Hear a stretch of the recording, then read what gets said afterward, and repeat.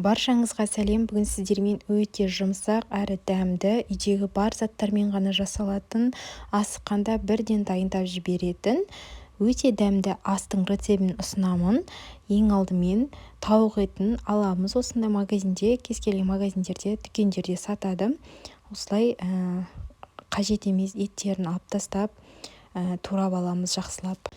Тауық етінің бетіндегі қабыршығы, яғни терісін мен алып тастаймын. Негізінде терісінің болғаны дұрыс. Сонда беті күйген кезде әдемі болып, күйгені әдемі болып көрініп тұрады.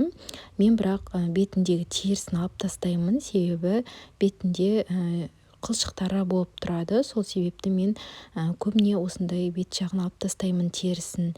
Енді осындай төс еттерін үлкендеу етіп турап аламыз. Үлкендеу етіп тураған жақсы, сонда піскен кезде көрініп жақсы болып тұрады. Егер де тым кішкентай қылып кесетін болсақ, көрінбей кішірейіп қалатын болады еттері. Келесі картошкасын кез келген формада қалауыңызша кесіп аламыз. Мен осындай 4 бұрышты етіп, орташа формада кесіп алдым. Егер де асығып тұрған болсаңыз, осылай кішіректеу формада кескеніңіз дұрыс, сонда тез пісетін болады. Келесі сарымсақ қосамыз. Сарымсақ дәмін келтіріп тұрады, сол себепті қосқан дұрыс болады. Егер де үйде осындай тұздалған қияр болатын болса, міндетті түрде қосатын болсаңыздар, сонда біздің духовкадағы тауық еті өте дәмді әрі сочный болып шығады. Егер де бар болған жағдайда осы тұздалған қиярды қосуды кеңес етемін. Мен 1-2 данадай тұздалған қиярды қосып жіберемін. Одан соң үстіне аскөкті саламыз. Аскөкті салу міндетті емес. Егер де үйде қандай да бір көкөністер бар болатын болса, осы духовкадағы тауық етіне жарты еткен кезде қосып жіберсеңіздер, дәмін келтіріп өте дәмді болып шығады.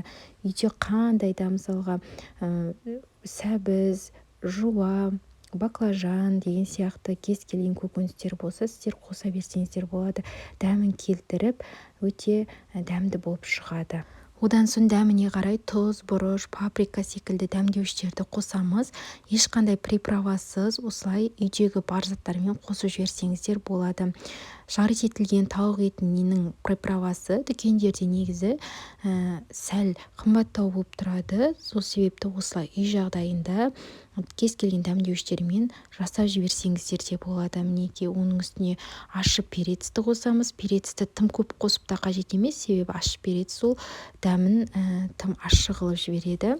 Одан соң үстіне кетчупты қосамыз, майонез қосамыз. Егер де үйде аджика болса, оны да қосып жіберсеңіздер, дәмін келтіріп өте дәмді болып шығады.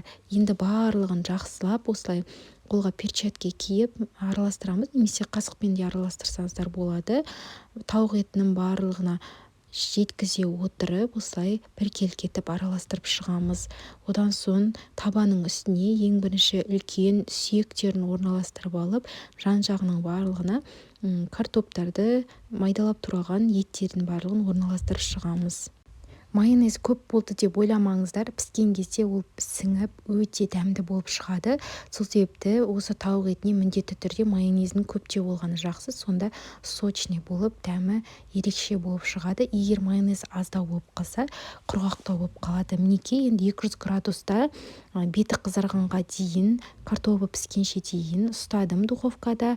Осылай жұмсақ әрі дәмді болып шықты. Енді тарелкаға салып, отбасыңызға ұсына берсеңіздер болады.